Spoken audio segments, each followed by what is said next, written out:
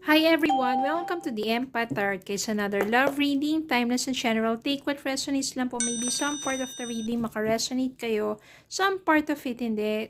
Totally makaresonate na parang kwento ninyo ito, o hindi naman, na maraming mga energies, iba't ibang mga love connections, mga sitwasyon.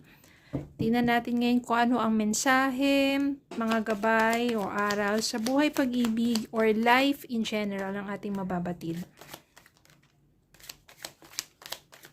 Spirit guys, send me more messages.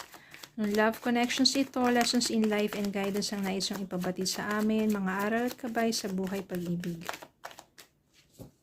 Okay, think okay na to.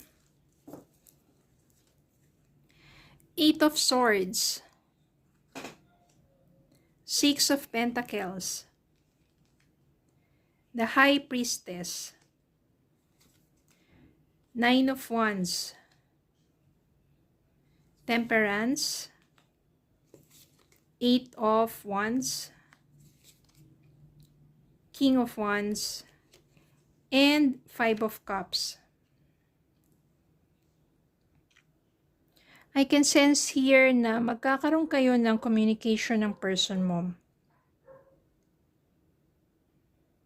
Meron ditong Eight of Swords, maybe pareho kayo, you are both stuck.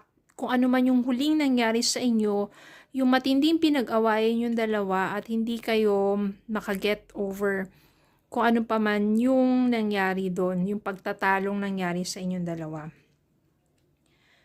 Maaring ang relasyon nyo kasi ay one-sided lang.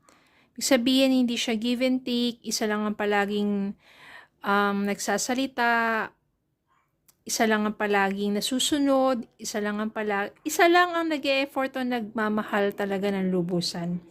Ibig sabihin dito sa relasyon na to, parang wala lang, paisi-isi lang or parang komportable lang, pero yung isa naman gusto niya mas magpakita ka ng effort.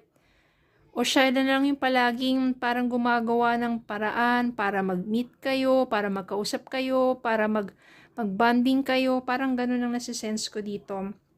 Well, maaring nagkaroon kayo ng, yun nga, tampuhan. Tapos, lumipas ang panahon, no? Parang siguro umabot din yan mga ilang linggo, even months, na wala kayong pag-uusap. Pero temperance, no, parang hinintay nyo yung tamang pagkakataon, divine timing, when you realizes yung mga inyong mga pagkakamali. Dito yung Five of Cups dito, nandito na yung so much regrets. Kasi, love nyo naman isa't isa, pero siguro yung isa yung mas nagmamahal. Maaring na-realize na rin ng person mo na, oo nga, sa matinding kalungkutan na to at inyong pag-iwalay o hindi pag-uusap dahil sa inyong tampuhan, maraming na-realize yung person mo. Tama nga naman, kailangan para mag-work ang inyong relasyon, pareho kayong nagtatrabaho dito, pareho kayong dapat mag-effort. Hindi yung isa lang.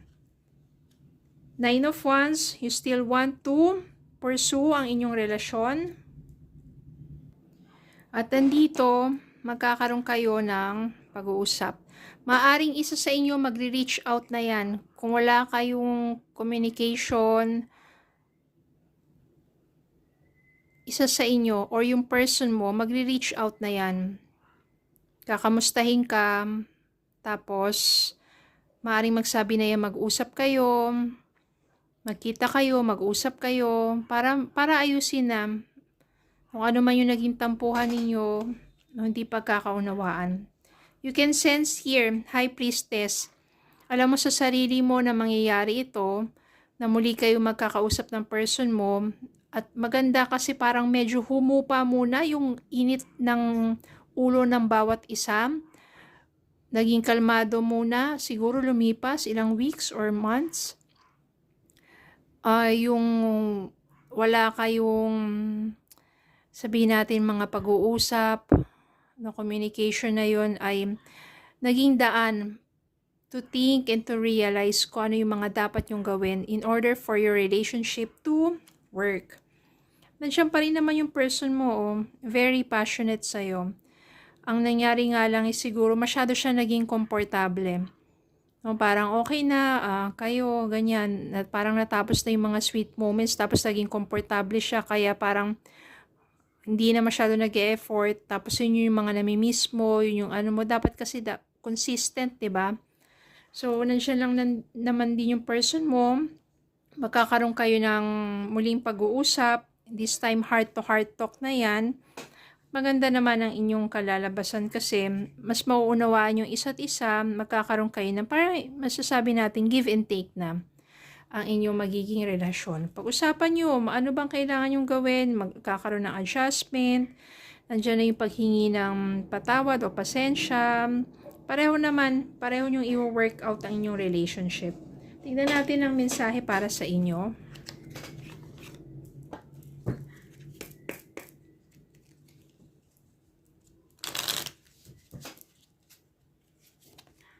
Soulmate. Yes, this person is your soulmate. Your connection is sacred. Balance. There needs to be a healthy balance of physical, emotional, and spiritual intimacy for a relationship to be sustainable. So, kailangan balanse lang din. Balanse ang oras ninyo sa ibang ninyong mga gawain. Balanse rin ang oras ninyo na meron kayong time sa isa't isa. So, dapat balance talaga emotionally, physically, and syempre, spiritually, no? Kailangan balanse ang inyong relasyon. So, ibig sabihin balance, kailangan pareho kayo. Hindi pwede yung isa lang yung mas matimbang. Na siya na lang yung sumasalo ng mga lahat ng parang mga burden. Dahil yung isa ay hindi masyadong nag-effort, 'di ba? Nagpapakita ng kanyang pagmamahal. Sasabihin lang, mahal naman kita, pero 'di ba? Kailangan may action. Tsaka kailangan paramdam mo rin. So, yun ang mangyayari naman dito. Magkakaroon kayo ng heart-to-heart talk. Magkakaroon kayo ng balance. Papapag-usapan niya yung paano balansehin. At para maging matiwasay ang inyong pagsasama. Okay? So, yun lang. Maraming salamat po for watching. Please don't forget to like, share, comment, subscribe, follow me on Facebook and YouTube. Have a good day po and God bless.